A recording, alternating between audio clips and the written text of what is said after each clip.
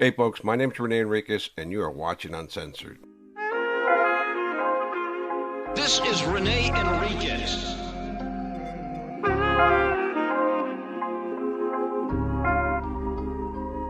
Nickname Bootser. Black Hand of the Mexican Mafia. Prison gang politics. Hey folks, my name's Rene Enriquez and you are watching Uncensored. Well, today we got a real humdinger for you. In fact, somebody wrote a comment and told me not to say humdinger anymore. So for you who made that comment, humdinger, humdinger, humdinger. I ain't going to stop saying it, bro. We're going to talk about Florencia, right? And the four kings. They used to call them the three kings, but there were really four. And that was Arturo Castellanos Tablas, Babo, Wizard, and Topo. But let's take it systematically, right? A lot has been said about them lately. A lot has been speculated, and there's a lot to unpack. Just a lot to unpack with Operation Epitrese 1 and 2, what really put them in the limelight, and then Tablas being the spokesman for the peace talks and the hunger strikes. He put himself on a national platform. And I believe he enjoyed that limelight. Just a different breed of brother, right? And like I said, I knew Tablas from way back in the day. He was a Christian, Bible-thumping Christian. And he used to walk around the yard with a little leather Bible with a dove on the cover of it. And everybody used to call him Brother Art. And there's not one instance that I can recall that he put in work for the organization. I'm being honest. I can't think of one hit, one elimination, one act where he did work for the organization that earned him his bona fides, right? Bona fides is like his credibility or his credentials, right? Some people pronounce it bona fides, but it's bona fides. But I can't think of anything that established him other than his carnal becoming a carnal. But there was somebody before them, the guy that I knew, who was the real king of Florencia. And that is David Puppet Baez. Puppet, that's him right there. Depicted here, laying down in front of the group, and right here on the right. This is in Palm Hall. This is in San Quentin. In fact, right here, this is Puppet Baez. That's Fernie Bermudez, Fernie from Dog Patch. That is Turtle from Ontario. And that is Daryl Baca, young Daryl Baca right there. He's young. He doesn't even have a mustache yet. I recognize some of these other faces in this group picture.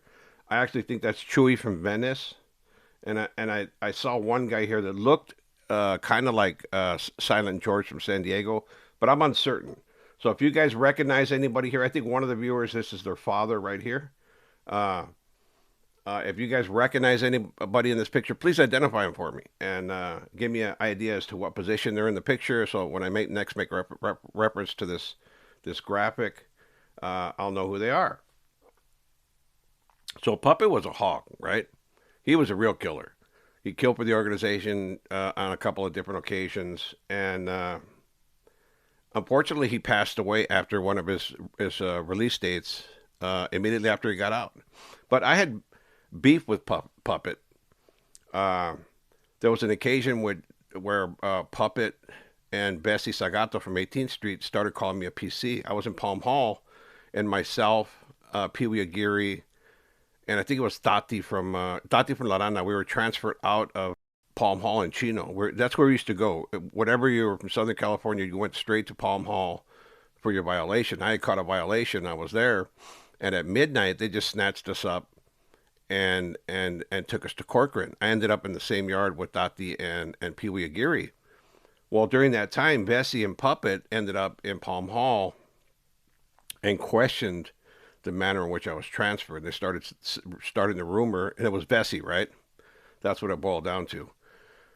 Started a rumor that I had PC'd up. I had left Palm Hall under suspicious circumstances, and I didn't find out till years later.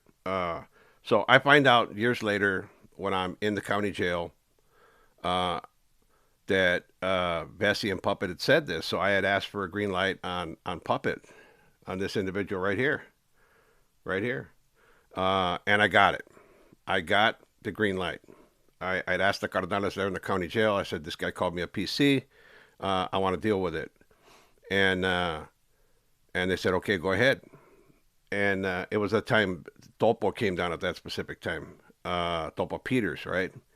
And he says, what if he apologizes? And I said, yeah, I'll take that. You know, I'll take the apology, but and it'll be public knowledge that he was wrong, right? So we were pulled out to a visit together at the same time. And I'd already discussed how I was going to eliminate Puppet, right? Because he was a big boy. I mean, he wasn't a small guy. He was a hog. Like, he was built. He was dangerous too. So I wanted to take two people with me, two to hold him and me to do it, right?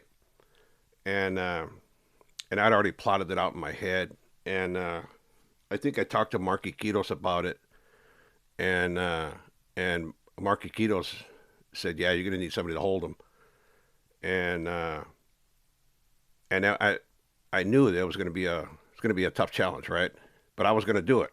I had no problem doing it. I just had to figure out the logistics of getting into position so I could do it. So this one day they pull us out to the visiting room in Los Angeles County Jail. This is when they put us all in one row on either side. I think it was G row or something like that. And they chained us one hand to the stool, right, or to the side of the visiting booth, and one hand was free to utilize the visiting telephone. And he told me, he says, hey, I heard that from Bessie. Bessie's the one that told me about it. And he apologized to me. And I said, okay, we're cool then. And that was it. It was that simple, right? He apologized to me. And it was okay. And I waited for Bessie's apology. Bessie then called my mother's house and told my mother, tell Rene I apologize. And it wasn't good enough for me. I think Puppet had called him and let him know, hey, he'll take an apology. But somebody's blood had to be spilled, right? They slurred my name. I was an active cardenal. I couldn't tolerate that. So something had to be done. So when Bessie came to the county jail, I actually orchestrated an elimination against him, an attempted elimination against him. In fact, I smuggled in a 22 caliber zip gun with 6 rounds of ammunition. And I had somebody walk up behind him, actually Nidal from 18th Street. Nidal Ruben Castro. I sent it down to him. I was up at 2904 after the Mon hit. I told him, hey, when he's playing chess, walk up behind him, stick your hand through the bars, and pull the firing pin. And he does it. He gets behind Bessie, and he attempts to put one in the back of his head. What I wanted this to be was a national incident, right? I wanted it to be grandiose, large scale, world news. Inmate shot to death in Los Angeles County Jail by Mexican Mafia. That's what I wanted, right? And fortunately for Bessie, the gun misfired. He didn't affix the firing pin correctly. But Bessie turns around after he hears the click, and Nidal's putting his hand behind his back to hide his hand. And Bessie turns around and asks him, are you trying to shoot me? And Ruben says, no, you're tripping. Go ahead and finish your game, and walks away. Immediately after that, Bessie goes into protective custody. No, Bessie hangs around a little bit, and Little Mo Ruiz attempted to assault him in the visiting room. Little Mo Ruiz goes to the visiting room with him, extracts a knife. He had it inside of a candy bar. Extracts a knife and tries to stab him, but barely grazes Bessie. It was a weak attempt, right?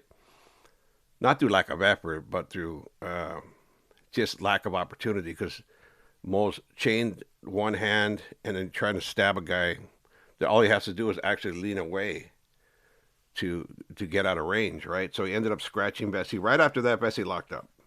But I was going to whack Puppet, and Puppet was well loved, well respected in the organization everywhere he went, you know. So it's kind of a big thing for me just to get the approval to do it.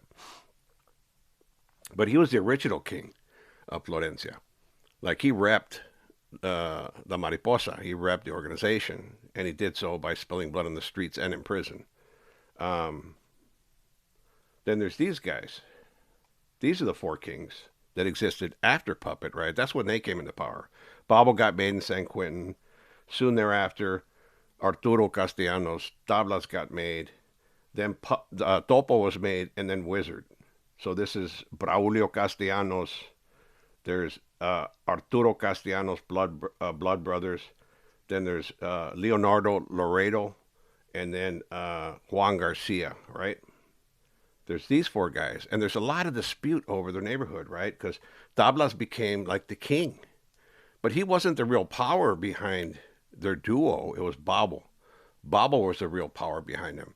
Tablas was just a mouthpiece, because Tablas has never really done anything, and Tablas started hoarding all the territorial money, taking over the barrio. In fact, began micromanaging the hood, and so did Babo in a sense. And I was never one of those carnales that did that. And I don't know any carnal that ran the hood like they ran their hood. And I'm going to give you an instance of that in a minute. So you had these four guys battling over control of the neighborhoods, right? And Topo was always dogged out because he was in the feds. The feds always get dogged out. Why? Why? And a lot of people question that. Why? They lack communication, and they're thousands of miles away. They don't have cell phones like these other brothers. They don't get visits every weekend like these other brothers and have the ability to interact with their infrastructure. So that's one of the reasons the feds are so far removed from crew operations on the streets. So these three guys took advantage of it, and they became the three kings, right? That would be Babo, Tablas, and Wizard. I know I misidentified him in one of the previous videos. I called him Wicked, but it was just early morning brain fart. The coffee hadn't kicked in. And Topo was dogged out. Topo would parole before any of them and start doing his thing, right? He started doing his thing, claiming his territory, just what he was supposed to do. Topo was a gangster, and he was well respected by the cardenales and the feds. He was a good brother to them. And then there's this, right? Babo was the brain behind the whole Florencia thing, right? It wasn't Tablas. It was not Tablas. Here's an instance where Babo interviewed with special agents from the CDC, right? SSU agents, right? Robert Marquez is in that room. In fact, I'm the one that suggested that they put a pinhole camera in the room and record what he's saying, because you're not supposed to go in there and talk. Think if you're an average Joe. You're an average Joe Sureño. You go in there and you put out the information that he's putting out. What do you think is going to happen to you, right? So it begs the question, what is he doing in that room speaking to SSU? Ah, the plot thickens.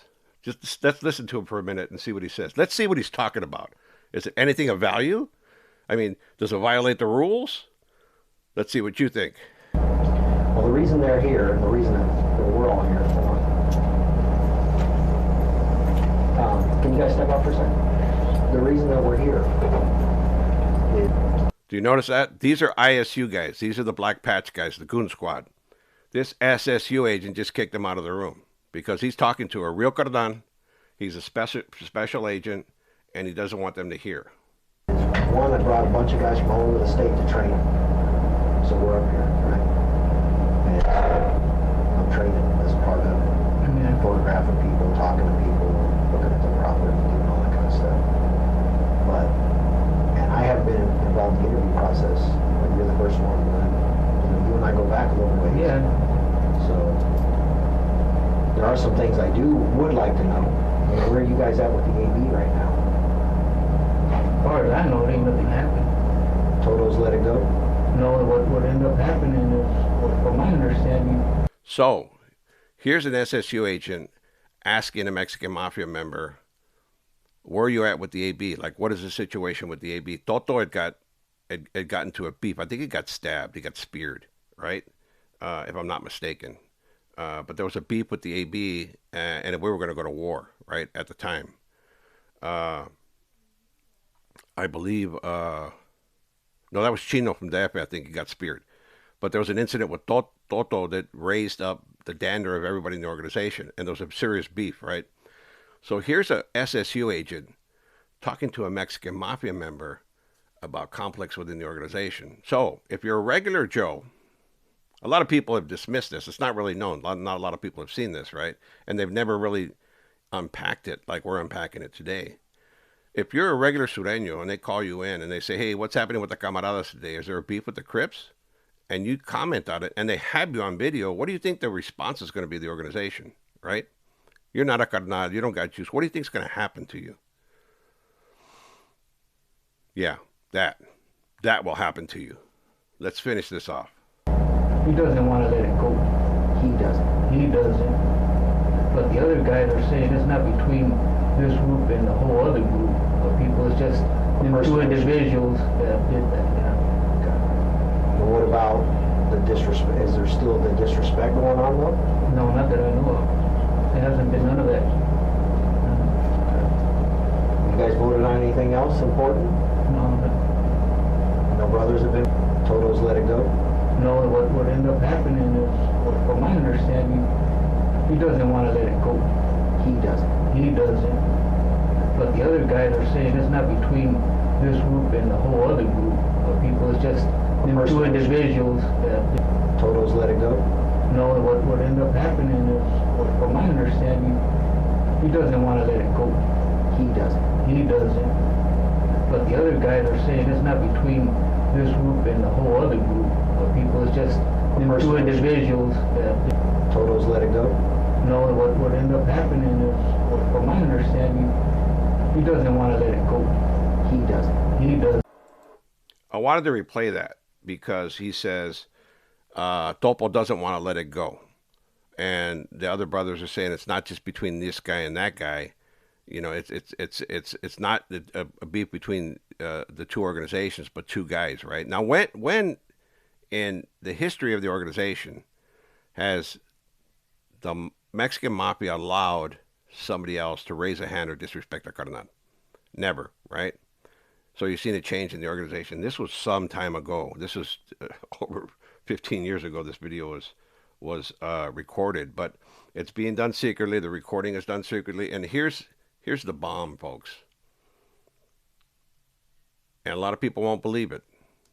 People will question it, just like they did with Joe Morgan when we showed you paperwork. Babo was working with the SSU. That's a cold, hard fact. Cold, hard fact. I'm not sitting here spitting on the guy's grave. The guy is gone now, but it's a reality. Let's finish out the video, and I'll expound on that. No, not that I know of. There hasn't been none of that. You guys voted on anything else important? No, No brothers have been made? that's the ones you guys already know about. They're all over here. Okay. Well, they're all He just asked him if any brothers have been made, and he says the ones you know about. Still, answering questions about internal Mexican Mafia business.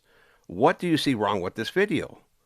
This is the godfather of Florencia, a Mexican Mafia member, in a room, isolated, no other brothers around. He's kicked out the officer so he could speak with him. Babo doesn't know he's being recorded. He did not know there was a video camera there. This is a pinhole camera secreted there by the Special Services Unit and Robert Marquez, Special Agent Robert Marquez. on the short corridor now? Yeah. All right. What about the brother that got whacked on the streets? Who's that? There was a brother that got whacked out there. Oh, yeah. We didn't even know he was a brother. Some of us. I know he was talking about some guy got a write-up over it or some shit like that. Is somebody He going came out of the feds or something. Yeah, but I don't. on the short corridor now? He's talking about Anthony Garul. I think I'm mispronouncing his name, but that was the Cypress Park incident where the Paisa, Anthony Garul attempted to go over there. It's a carnal from the feds, right? They called him Tonito. Went over there and attempted to extort him with a guy named Clowney, right? And another person. And they ended up, that dude ended up smoking a carnal right there in the driveway. I think Clowney took a round as well. But they never prosecuted the Paisa. That's the instance they're talking about right here. Nobody's writing or trying to do anything right now, as far as I know, because everything you guys are on everything. So Is that short corridor still messing people up? yeah, some people are getting real frustrated with it. Danny? I don't know. Yeah, Popeye is. I know that. Yeah, he's stressed. Anybody else? Well, nothing. What Uncle Bio? Nothing I know. Have you talked to your brother? No, I haven't talked to him. Well, there's a reason they're in here. He's working down there, down in the desert, and your brother's been blowing his line up. How's that? going after the cops. I mean, I know I've asked you this, and you keep saying... What place is this? California. Oh, no, you know what, for my understanding, you guys shot and killed somebody from the neighborhood where I'm from, okay? And them guys were all frustrated over there and wanted to get even. But the outlaws had wrote back and said don't get involved in none of that. But from my understanding, somebody was in contact with Sleepy, or Wilma's over here, and supposedly Sleepy wrote back and told them they could do whatever they want. We're not defending cops or nobody like that, or correctional officer or anyone. That's their business. That's on them. Did you hear that right now? Did my ears deceive me? Or did he just tell them that Sleepy gave the green light on the cops? That's what he just said, that somebody wrote the tablas and because one of their homeboys was shot and killed in Calipatria, and they want to get back. Tablas told them no, but then Sleepy wrote him back and told him, yeah, we're not defending cops. Take off on them. I'm paraphrasing, obviously, but that's what he just did. If you can't see this for what it is, then you're blinder than Ray Charles. And the last time I talked to somebody, I talked to my brother, he said that to let me know that he wasn't going to write nobody in any facility, because all that does is leave it open for anybody that debriefs to just blame him for whatever's happened. And that's what I'm saying. Well, it keeps coming back. It keeps coming back. But that's why when I was with him too, I told him start writing these guys. But what his concern was, if he stopped trying to keep things mellow, the other guys were just having guys stabbed for no reason, and he didn't want that to happen. You see, but like I told him, what that does, it leaves the door open for somebody to accuse you. If somebody wants to leave the yard, how are they going to say, hey, these guys got the knives? And that's reliable right there, because you guys, and then anything else they make up after that, they know my brother's in contact with the people there. Just like the thing that happened here, that was never done. That was never said, because I could tell you, without a doubt, if they wanted correctional officers hit here, they would have been hit. They would have been hit. But what was happening with a lot of the guys, they briefed like I had told you before. What happens is they feel that they don't have no reason, really, enough information to leave. But the minute they get something, all they got to say is, hey, you know what? They're going to assault officers. And you guys won't be on it right away. And then since they're on their way out, they're going to take a jab at the M or any other gang that's by doing that. Because if any of those individuals that are saying that my brother wrote this or told them the orders, where are their letters that say that? There's no letters for saying there isn't. Yeah. Well, I'm just saying. Yeah, but the letters haven't come in either. They say that, to calm down, hands off. Yeah, the letters haven't come in. The reason some of that's not happening now is because if we write anybody and tell them to put a stop to it, then we're going to get the blame like, oh, now they want to put a stop to it. So they actually have something to do with it to begin with. Because I could tell you right now, it's not to nobody's benefit to assault officers. It's not. All it does is bring more heat to us. And the last time I talked to somebody, I talked to my brother, he said that. And that is the truth. Cops have always been hands off. There are isolated incidents when it's occurred, but it's always bad for business. That was always the standard operating procedure for the organization. I get what Babo's saying, right? If we do right, you're going to say we're involved in it. If we don't right, you're saying we're condoning it, right? But that's a quagmire of their own making. I don't believe that Babo directly ordered individuals to assault cops. But he said right there early on in the tape that Sleepy did give him approval to go ahead. Sleepy, that's Gabriel Huerta from Wilmas. He's incriminating him right there that Sleepy wrote a letter saying, yeah, we don't support cops, and you guys do what you want to do. And that's where they got the authority from. There's the same thing like the racial stuff that's happening on the streets. We want to put a stop to it. We didn't have nothing to do with it to begin with, but we're getting blamed for it. But that's the same thing. Nobody wants to send word out there because you guys are going to see this stuff in the letters, and then we're going to get blamed like, oh yeah, it's getting hot now. We're going to address that right there. That specific issue he's talking about right now. That's the war with East Coast Crips, right? All that stuff that was happening where the Florencianos were saying we're going to go duck hunting, and they're responsible for like six deaths, right? During Operation Epitrese 1 and 2. Epitrese means F-13, right? For the non-Spanish-speaking individuals out there. ATF conducted an investigation into tablas and Babo and the F-13 gang, and it decimated them. They indicted a gob of those guys, right? And in that process, they discovered civil rights violations. They were targeting people because they were black from East Coast Crip. They were just out there hunting black folk, right? And that's the truth. And that was a result of this indictment and this investigation. I want to put a stop to it, so it's better just to leave it alone, you know. But what I don't like is there's a lot of kids getting killed. Little kids killing other little kids for no reason whatsoever. That has nothing to do with nobody back here. Yeah, we're going to show a contradiction to that as well. You know, Babo says that he is not down with little kids killing little kids.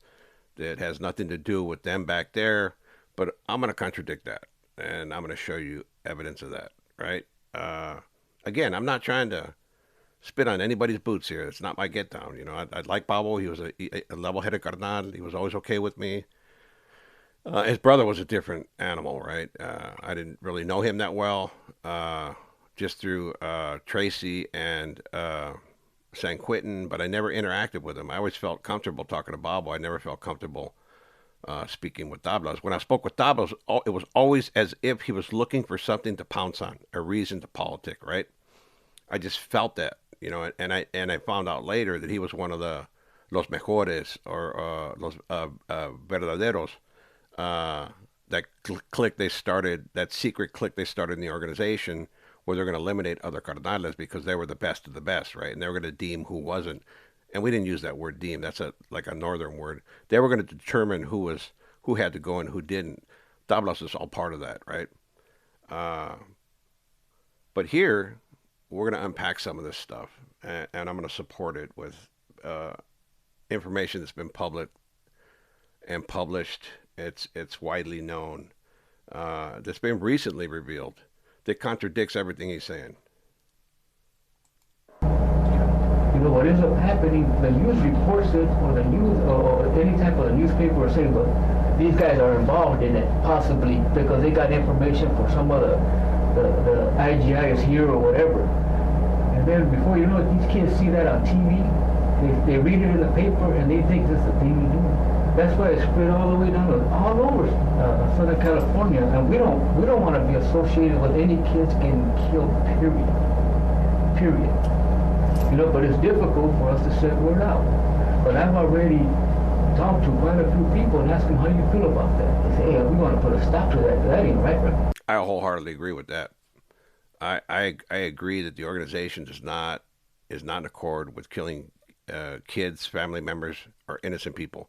They don't want to do that, right?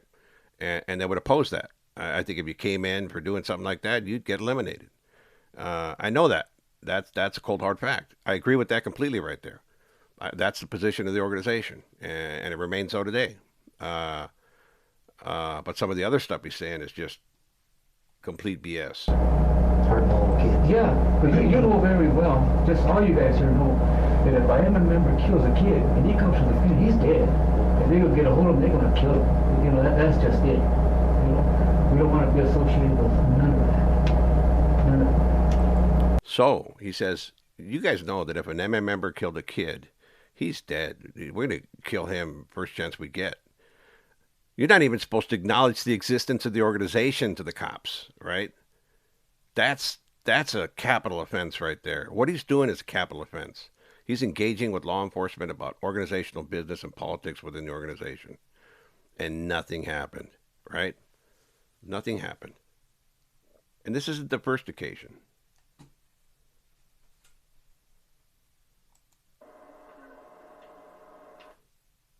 And that ends the video. So, why is Babo doing all this? Why is he going into the room with them privately and discussing organizational business? Babo was working with the SSU. That agent in the room right there, the individual sitting right here, you've seen his hand emerge at one point. That's Robert Marquez. He's retired now, living his best life possible. Babo's deceased. And I knew this when it was happening, right? I knew all this information when it was happening.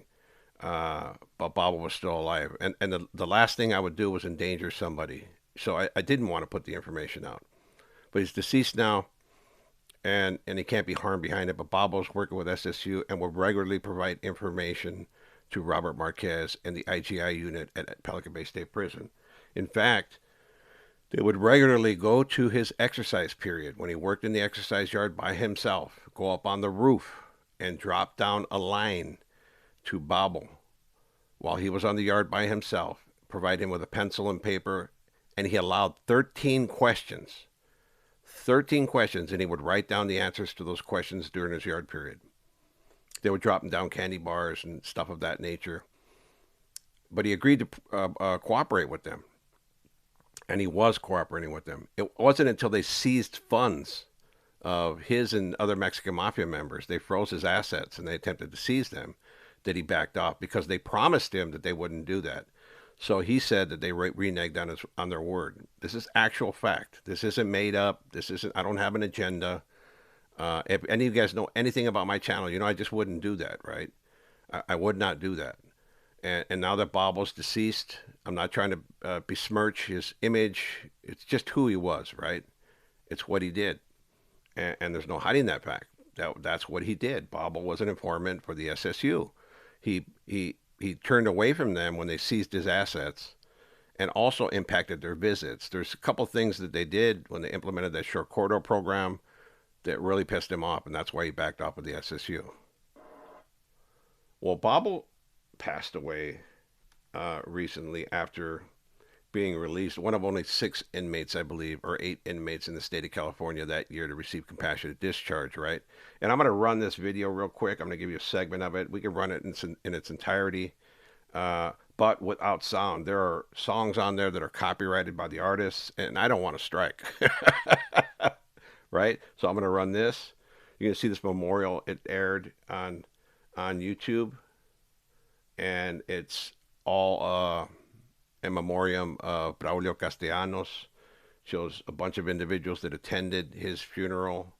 Babo was released shortly before his death with inoperable cancer. And that's Phoebe Baca right there. That's the wife of Daryl Baca. I believe that's Phoebe. Now I'm second guessing myself.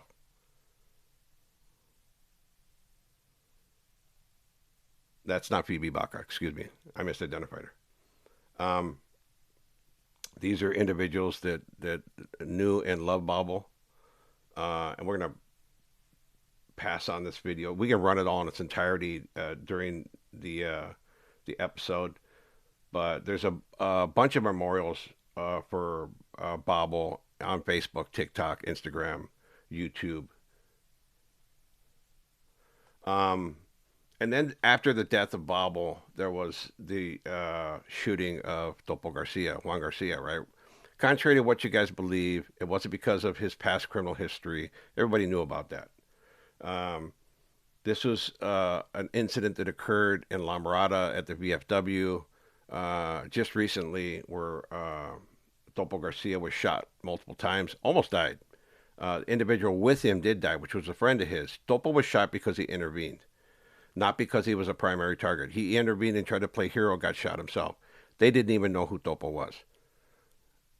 They did not even know who Topo was. And up to that point in time, Topo was collecting in the hood. He was a carnal in good standing. He was not on the lista. He was not on disregard. There were internal politics within Florencia, but that's always been because Tablas always tried to take the majority of the earnings from that area. In fact, he did, but Babo was the one behind it. Babo was the brain, and Tablas was the muscle. So when this occurred, Tablas and Wizard took advantage of that fact, put him on disregard, told everybody not to mess with him.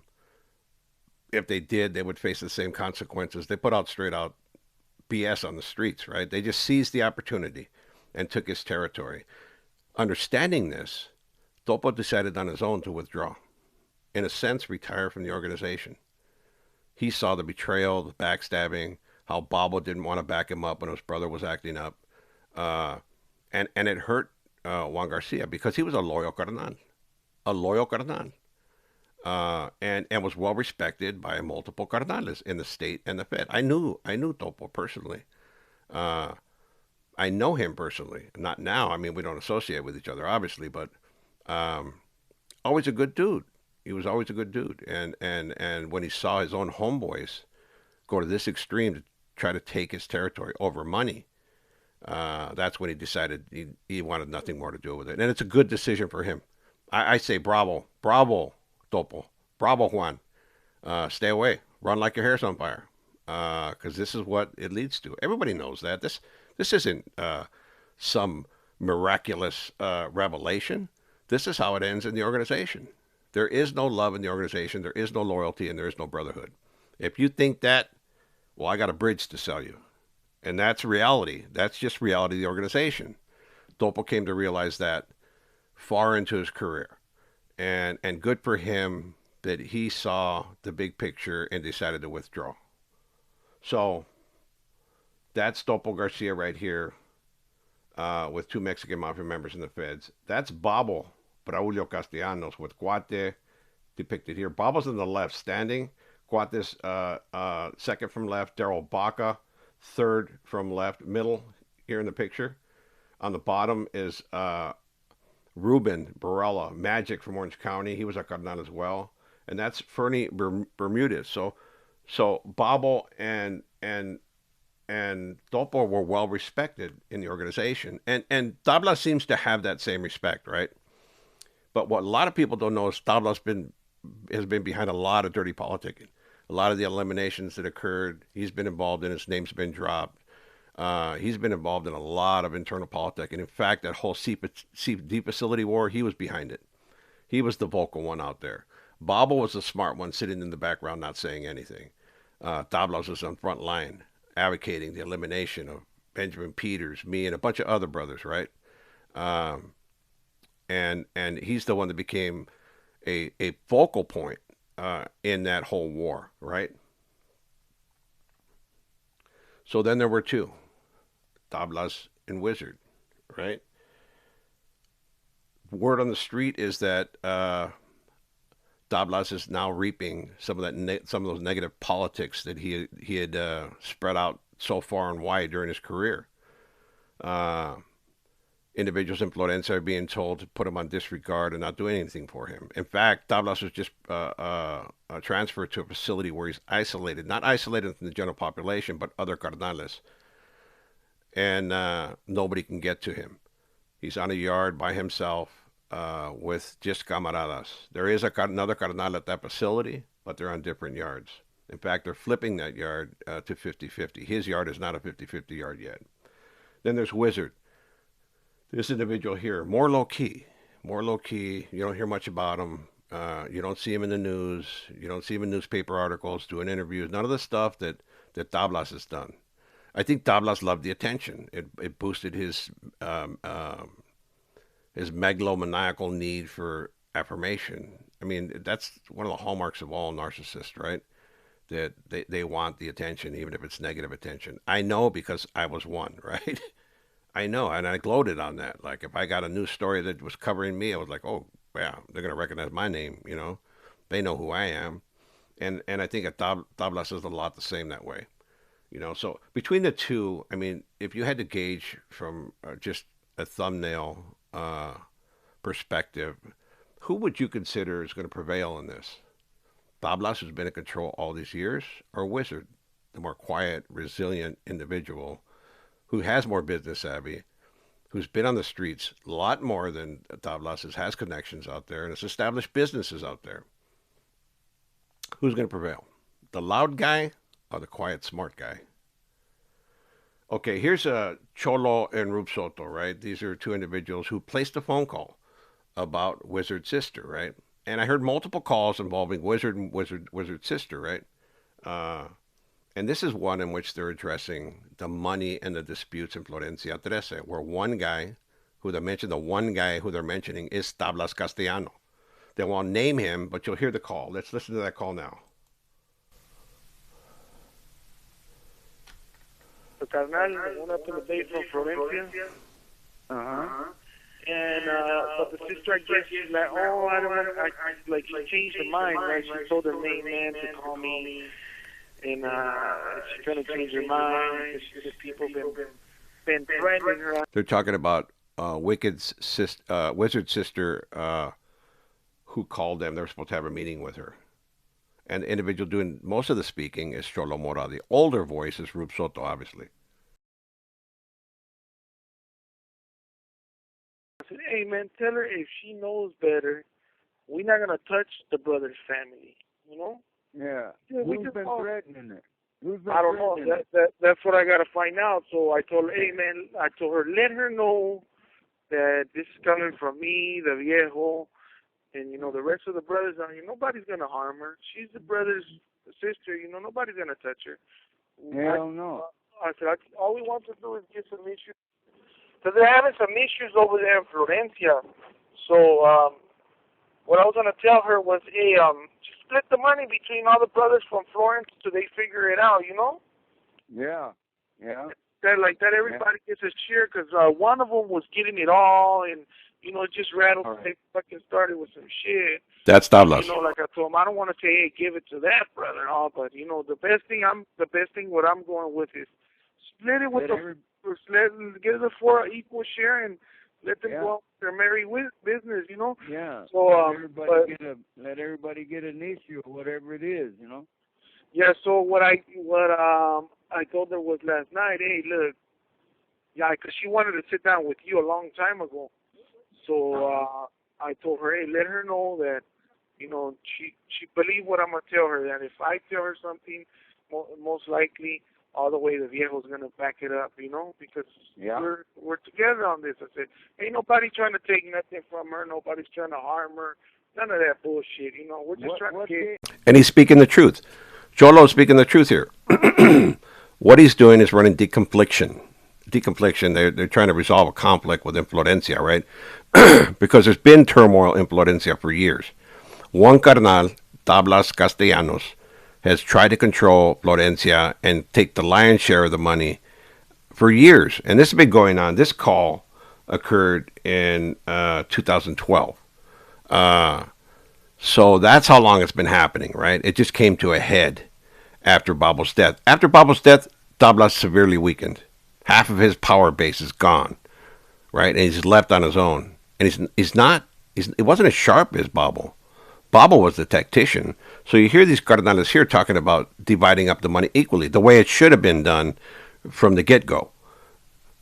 You have to have outside intervention in your organizational business, your specific crew business. That's always bad. You know, we're just trying to get... What gave her that idea in the first place? I don't know. Maybe because her and Popeye's daughter were having issues. So maybe Popeye's daughter somehow manipulated the situation to tell her that, or, you know, spread a rumor that we were trying to hurt her. I said, no, man. Hey, they're speaking about Viana Roman, the daughter of Popeye Roman. We've aired a piece on her. We all know who she is. They're going to talk about her a little bit more here. Yeah. Ain't nobody trying to touch you. That's at least... If it's coming from Popeye's daughter, let her know that, you know, Popeye's daughter's on bad status anyway. She ain't got no power. So like I told her, like... So that's them talking about the Florencia 13 issue and dividing the money, and Wizard's sister believing that somebody's threatening her and that she's under threat. They're reassuring her that she's not. They even talk about Viana Roman possibly creating this issue. So there were obviously issues in Florencia 13 that had to be addressed by cardenales that were on the streets because Tablas was attempting to claim all the money, right? This required attention from the cardenales, right? So this is the area we're talking about, right? It's a huge swath of territory, very lucrative. Quite a few federal investigations have happened here and resulted in multiple convictions of the neighborhood. In fact, this neighborhood was micromanaged by both Babo and Tablas, and I've never seen this before. I've never seen carnales still gangbanging and involving themselves in neighborhood politics, right? Not to the degree that these individuals have done. In fact, we're going to expound on that right here. This is Tablas Castellano. He was the face of the hunger strikes, right? Multiple articles, world coverage came out on him. I mean, he was profiled every which way but loose. And I think he gloated in that, right? In fact, in Operation F13 1 and 2, he wrote this himself. He would write rules. The hood's responsibility to clean the hood of such trash. We are aware that in the past such trash has come and or lived in the hood. That is not acceptable. And all past, I believe, are responsible to make sure all homies are clean. Others from other hoods living in our hood, something also. But there's all these different rules that he gave out to us, even when they fight. He says, even when they fight, they had rules to quash the incident after, right? There's all these rules that Tablas wrote, literally micromanaging the hood and the little gang members within it, including children, right? And why do I say children? Why do I say that? Because that's the fact. That's the fact that they were directing kids to participate in Mexican Mafia activities, right? For the neighborhood. That's a reality. And I don't think there's any other way to look at it, right? But I have never in my whole history as a carnal seen another member micromanage his hood and becoming hood politics to the degree that Tablas has done. And they adhere to these rules, right? There's one here about false accusations. By those who falsely accused don't want innocent people falsely accused of anything. Something as all from the hood are the best they can. No set tripping. We're all Southsiders and Florence, regardless of which. This is cut off here. I have the full kite in PDF format. I just couldn't find it, so I had to pull this off of the internet. I did a global search for this.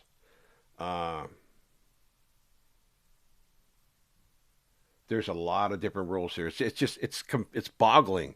It's mind-boggling that a carnal will put this on paper, right? Number one, paper is the enemy of the Mexican Mafia. Writing stuff down, keeping lists, speaking on the phone. That's the enemy of the organization, right? Because this is discoverable evidence. And that what did they do? When they raided the pad, they found this kite.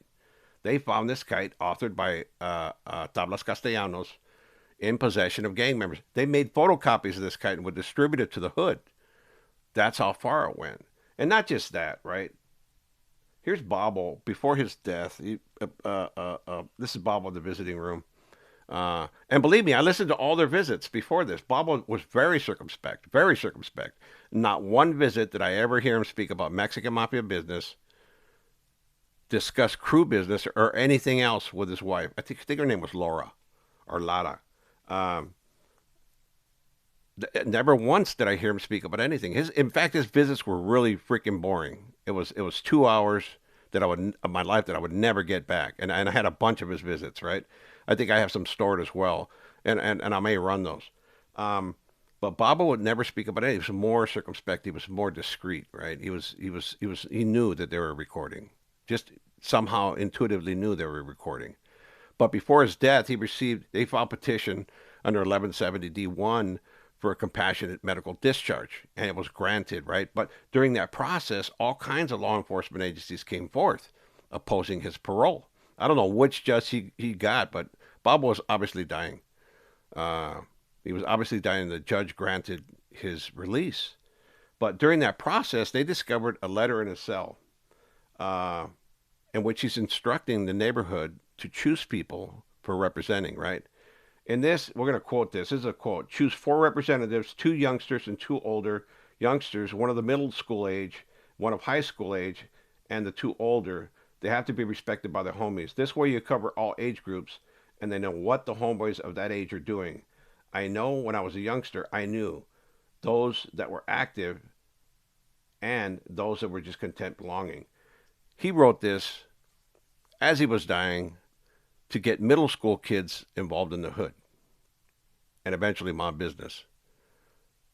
These are his words, not mine. Didn't he say that, we wouldn't want people involved in that? And it just kind of refutes everything he said in that video, right? Kind of brings into question his credibility as an individual. But these are 2 individuals who actually recruited kids to participate in their crew business in the neighborhood. That's a reality. Both Operation Epidresa 1 and 2 revealed that. Nobody knew that Babo was an informant. It has never been publicly disclosed. This is exclusive to you, my viewers. This is the truth about who Babo was and the truth about how they ran their crew and how they continue to run it today. Wizard's a little different. This is Leonardo Laredo. He's talked about business. I've listened to his calls. In fact, we're going to be running some, and we're going to be running some of his visits. We're going to be running all of these visits, actually, at some point in time. But everything incrementally. I just wanted to give you this image of what's happening with the throne in Florencia and the key participants. What are their issues? What's their longevity going to be like? How are they going to succeed in this? How are they going to prevail? Who's going to prevail in this final war for control of Florencia, right? And it is a war. I don't know if you realize that or not yet, but there are two cardenales wrestling for control of this territory. Unlike me and Daryl Baca, we were complete partners, 50-50 all the way down the line. And the other cardenales from the neighborhood, they had their own thing going. Like China Boy had his own thing going. What Shai had his own thing going. And Negro had his own thing going. We never had an issue. Never had an issue. We never had this kind of stuff. And we didn't involve ourselves like this. Daryl Baca wouldn't even think of talking like this on a phone or riding a kite like this. He just wouldn't. He's too discreet for that. One thing I could say about Daryl Baca, he had integrity, right? He had integrity as a cardenal. He was my good friend. And even though we're mortal enemies now, you know, I still remember him for that. And we never had those kind of beefs. Our beefs didn't come till later as a result of Jocko. But we'll get into that in a future video. But we never had this kind of conflict. That's what I'm saying. I mean, we're from the same hood. We're controlling the same territory, and we're sharing the profits equally. And that's how we did it, right? Not the tablas. Tablas wanted it all. And newsflash. Cecilia Virgin is back in the picture. In fact, she's moved out. Rumor has it, allegedly, that Cecilia Virgin has replaced Wizard's wife, is now his girl, and running things in the neighborhood. Word on the curb is that Cecilia had a bunch of body work done, so she's, you know, got all the work done and paid for by Wizard. In fact, Wizard, this store was owned by, controlled and operated by Wizard's wife, but it's now named after Sky. In fact, look at this right here. La Sky Store, or LA Sky, right? By Cecilia. This is in Florencia. This is a store that she now runs and operates. So you would think that Cecilia, if this is true, if these allegations are true, you would think that she had learned her lesson. That she had learned her lesson after the first indictment, having served 13 years. But no, she's right back in it. In fact, she's a señora now, and she's replaced the position of a cardinal's wife, and is allegedly establishing a crew in Florencia. And according to one source, the homeboys are up in arms over it. And it's the same source that's alleging that Tablas is on disregard in the neighborhood. So there you have it, folks. That's hot off the press. You have these two guys. Then there were two. Tablas and Wicked. Who's going to prevail? Somebody's got to come out on top, right? Somebody's going to lose this war.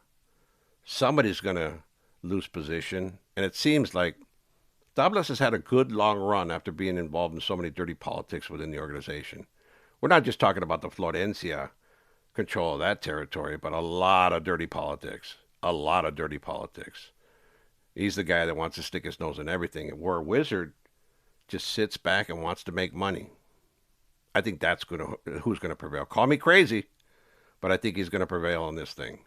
I think that Wizard will have this his way when it's time. Here's another call we're going to run to show how much this neighborhood has been the talk among cardenales, right? We ran one call between Ruben Cholo. This one is between Mike Boo from Norwalk and some other unidentified individual. Let's run that call now.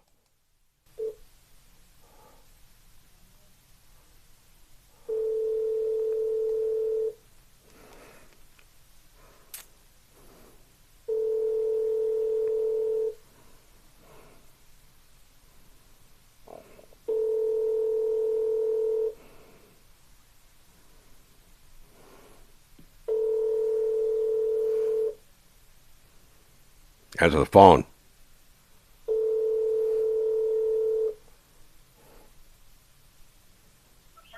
Hello? Hey, No? Yeah. this is me, homie. This is the other one, new one. Okay. This one? Okay. Hey, I Yeah. want to ask you. It's Danger from Florencia, and this is Mike Boo talking. They're going to discuss the issues in Florencia.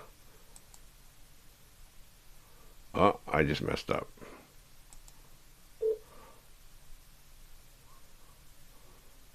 This is me, homie. This is the other one, new one. Okay. This one? Okay. Hey, I Yeah. want to ask you. Are you messing with anybody over there in Florencia? See. Yes. Okay, because somebody called me up the other day and they mentioned your name. If I knew, they mentioned your name and all that, and I told them, yeah, I know you and that you're in touch with me and all that, and because they were inquiring because somebody from Florencia, I don't know who or what, were saying that I guess they were under the impression that you were a brother. Oh, yeah. No, I read them the kite, the Leos and the Wiz and all that things. Concerning what? No, nomás de todos los negocios ahí con ellos. Oh yeah. Oh, okay. Yeah, but I told them. What I told them is that I'm in touch with you and all that, and that as far as I know, that you came out of the Bay recently, and that you were over there with the brothers, and that you they give you their blessing on doing stuff. So, Danger had been sent out with a kite from Wizard about business in the neighborhood because it's always been chaotic, right? And you're seeing multiple instances of Mexican mafia members intervening and discussing this issue, which proves that there has always been a conflict, right? There's always been struggle for Florencia territory because there are multiple cardenales there and they're not working in unison. See. I wasn't sure of what or what, but you were up there with them, and that whatever they wanted you to do or whatever that I know about it, and that it's all it's all good. Sí, no. Yeah, because you see the thing that's been going on right there that I found out recently since I got out, and they told me to pretty much fix everything right there in their neighborhood, right? Yeah. And not only there, but like in Huntington Park and Southgate. Yeah. And the thing was that a couple of vatos came down, beat bad and all them, and I thought these were pretty much in motion after they came down, but nah, the same issues are going on and surfacing that were going on back then. And vatos pretty much are being tyrants over there. You know what? Okay, they were being tyrants like bullies and just doing things like on their own accord. Y vinieron otros vatos de Ronnie and them to come down and pretty much to see if se podía hacer un cambio. Y le había dicho al líder, como el homie told me who to put on, that's how fit. They were fit for the hunter or whatnot, so I put. So, that's the end of that call. There we're still stuck with this question. The $64,000 answer, right? Who's going to survive this? Who's going to prevail? 2 kings, 1 throne. Both of them can't sit on it. Not the way things have been. Not the way things are going now. Who do you think will prevail? Let me know in the comments, folks. That's your challenge. Let me know in the comments. I hope you enjoyed this piece today. This is all supported by documentation, videotape, the whole 9 yards, bro. It's not, none of it is speculation, right? None of it's speculation. Obviously, if they come to a power sharing agreement, that would make a difference. But I don't know that that's going to happen.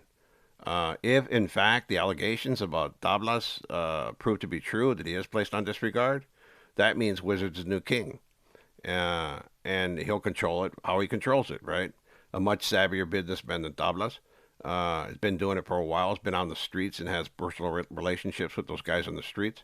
But who knows what's going to happen? Crazier things have happened in the organization, right? But I wanted to put that information out about Babo. I know it's shocking to a lot of people, and I truly believe that you guys know my intent here is not to besmirch anybody. It's not my get down, right? I've had this video for years, years and years and years, right? I've known about Babo's informant activities, even when he was in the Bay, when it was happening, when I dropped out. And I just didn't want to put it out there because he was alive, right? I just wouldn't put anybody in that situation. I experienced so many politics, and I wouldn't want anybody to experience that, right? And it would have cost him his life. And that's the only reason I didn't put it out. So, with that said, folks, I hope you enjoyed this humdinger today. Leave me a comment. Let me know what your thoughts are. As always, stay safe. Have a great day. Peace out. This is Rene Enriquez.